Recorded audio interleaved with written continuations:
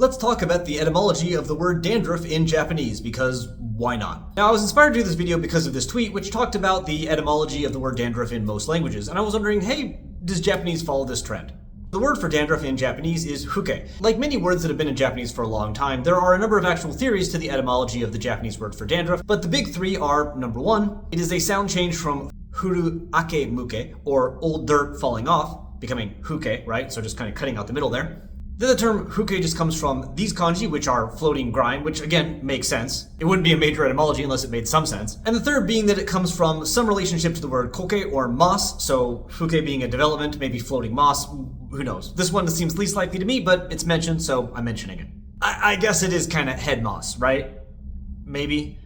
So this doesn't really relate to fish or grain, which were the European links that we saw earlier. And because this is a older Japanese word, there isn't like a kanji for it. It's a word that existed and then kanji were applied to by Japanese people. There is a fun ateji that is used though, which is this one, and that is cloud fat.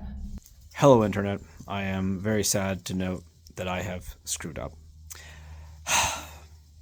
Unfortunately, I just referred to the representation of dandruff as cloud fat as ateji. Now, this is something that is very common on the Japanese internet. You'll find lots of Japanese websites referring to this as ateji, but I know better. I know better. And the fact of the matter is, if we're talking strictly, it's not ateji, because ateji are when kanji are used for their sound alone. This is actually a case of jukujikun, as Wikipedia notes, and I cannot let Wikipedia be better than me on this, where the kanji do not actually reflect the sound but are chosen for their meaning, and then the sound is applied on top of that. Indeed, this representation here of head grime, which is really boring, so I'm not going to talk about it further in this video, is also jukujikun, because if you look at head and you look at grime, there is no hu or ke. You just can't do it.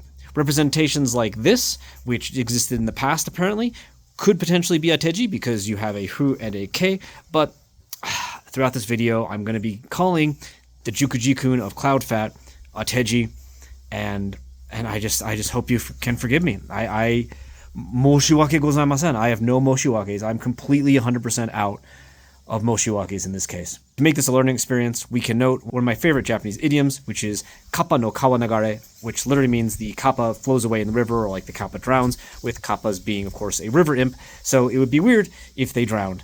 And it is used when an expert, like myself, someone who's literally paid to be an expert, even makes a mistake. Dang. So enjoy the rest of the video and watch me continue to drown. This ateji is a very, very well attested one for writing huke in Japanese. We know that since it's ateji, it comes after, so it has nothing to do with the etymology of the word, it was attached afterwards, but it is sort of a, dare I say, poetic term for referring to, you know, the white little sprinkles that fall off your head. Like, do I think these clouds look like dandruff? Not really, but at least the person writing the sentence above does.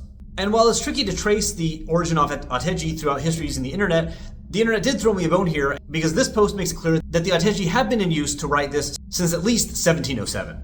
But do you see that circle there? Do you see that word iroko that is written and listed as a reading for huke? What's going on there? Well, I guess I kind of need to apologize, because earlier I said the Japanese term for dandruff does not come from grain or fish, and huke certainly does not seem to. But there are other words for dandruff that actually do, so this international link does appear in the Japanese data. If you have no interest in being understood by a person in contemporary Japan, you can refer to dandruff as iroko, and this is linked to, it shares an etymological source with the word uroko, which is the word for scales, as in fish scales. So it does seem that the idea that, hey, the stuff that falls off our head looks like fish scales is pretty universal, because even though it does not represent the current term for dandruff in Japanese, it has been used to refer to dandruff in the history of Japanese. Indeed, there are a lot of dialectical variants for this word, and as you can see, many of them do have this iroko origin, or at least linked to it in some way, being very, very close phonetically. Interestingly though, it appears that English might be the language that really bucks this grain or fish trend, because dandruff appears to come from scruff rather than either.